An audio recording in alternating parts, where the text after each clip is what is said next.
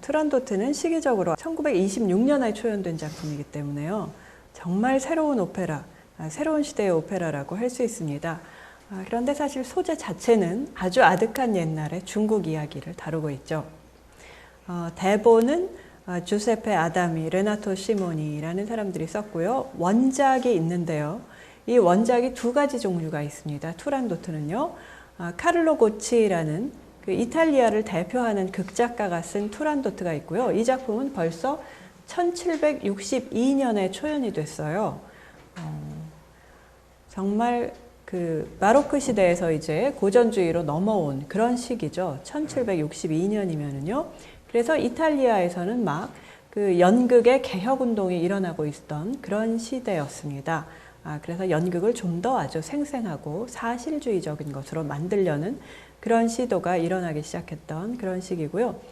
그리고 프리드리히 슐러가 훨씬 뒤에 투란도트라는 작품을 또 썼는데요. 이 고치하고 슐러의 투란도트는 조금 후에 또 비교해서 보시도록 하겠습니다. 초연은 1926년에 밀라노 라스칼라 극장에서 토스카니니의 지휘로 이루어졌는데요.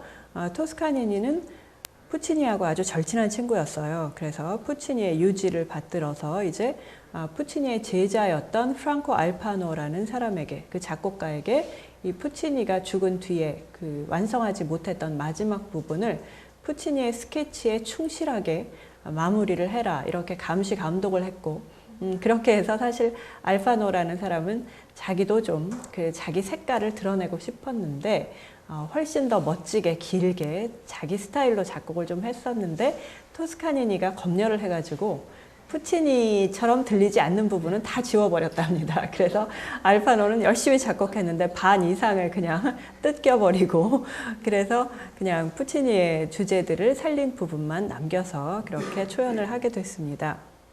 그리고 초연 때 토스카니니가 이제 류라는 노예 소프라노 가수가 죽는 부분까지만 이제 지휘를 하고 지휘봉을 딱 내려놓으면서 푸치니 선생께서는 여기까지 작곡하셨습니다 하고 초연 때는 그냥 거기서 끝내버렸다는 거예요. 마무리를 안 하고. 알파노는 얼마나 자존심이 상했겠어요. 그래서 두 번째 날부터는 이제 알파노가 마무리한 부분까지 전체를 공연을 했다고 합니다. 배경은 전설의 시대 북경이고요. 주요 등장인물들을 보면 투란도트, 소프라노, 중국 공주, 칼라프는 테너 주인공이고 패망한 타타르국의 왕자입니다. 이 사람은 자기 나라가 없어져 버렸어요. 그래서 사실 투란도트의 가장 큰 매력이 투란도트의 미모이기도 했겠지만 투란도트가 가지고 있는 엄청난 제국, 이것이 상당히 또 매력적이기도 했겠죠. 류는 노비인데요. 칼라프의 원래 칼라프 나라의 그 노예였습니다. 그리고 티무르는 타타르의 왕인데 이제 나라가 전쟁에 치고 그래서 사람들이 다 뿔뿔이 흩어져서 피난 다닐 때 이 류가 티무르, 이 왕을 모시고 다니죠. 계속 이 왕이 눈이 멀었어요. 그래서 앞이 안 보이는데 이 왕을 모시고 다니는데 그 이유가 뭐냐면 왕자님이 언젠가 궁전에서 자기한테 한번 웃어줬기 때문에 그 미소를 잊지 못해서 이렇게 시아버지감을 모시고 다니다 보면 언젠가는 왕자님하고 잘 될 수 있지 않을까, 이런 희망이 있었던 것 같아요. 중국의 황제 투란도트의 아버지가 나오고요. 그리고 핑팡퐁이라는 상당히 희극적인 그런 인물들이 등장합니다. 중국의 대신들인데요. 총리 대신, 국무 대신, 그리고 황궁 주방 대신 이런 사람들이 나와요. 그래서 코메디아 델라르테, 그 민중극 형식으로 아주 재미있는 연기를 보여주는 장면들이 나오고요. 또 포고관이 등장합니다.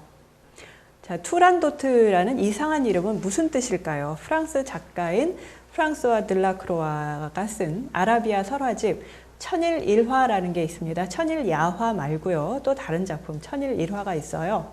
여기에 등장하는 공주 이름인데요. 설화에서는 투란독트라는 이름을 쓰고 있습니다. 근데 투란이라는 것은 꼭 중국을 말하는 것이 아니고요. 중앙아시아 어느 지역 이름이라고 해요. 그리고 도트라는 말은 왜 영어에 daughter 있죠? 이 말을 하고 같은 어원이라고 합니다. 그래서 딸이라는 뜻이래요. 그래서 투란의 딸이라는 뜻이 바로 투란도트입니다.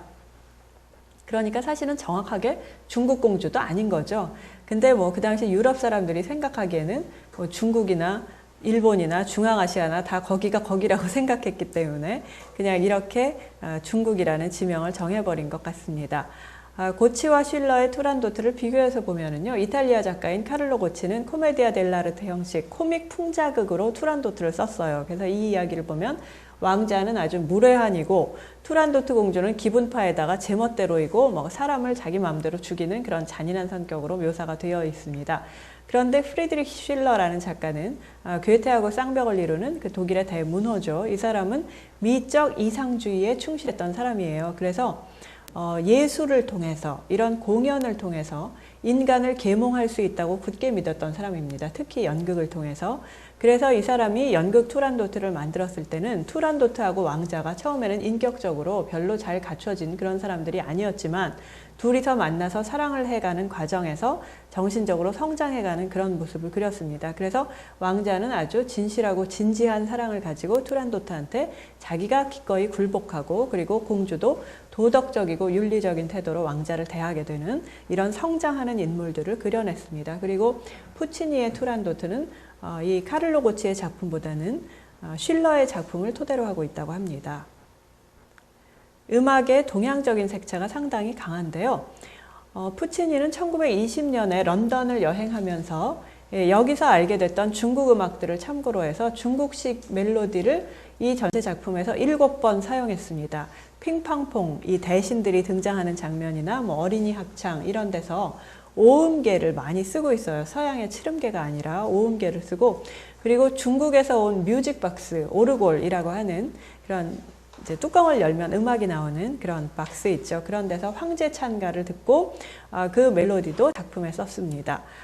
그래서 여기에는 탐탐, 종, 실로폰 그런 타악기가 많이 등장하는데요. 보통 오케스트라에서 잘 쓰지 않는 그런 악기들이 나와서 중국적인 분위기를 잘 살려주고 있습니다.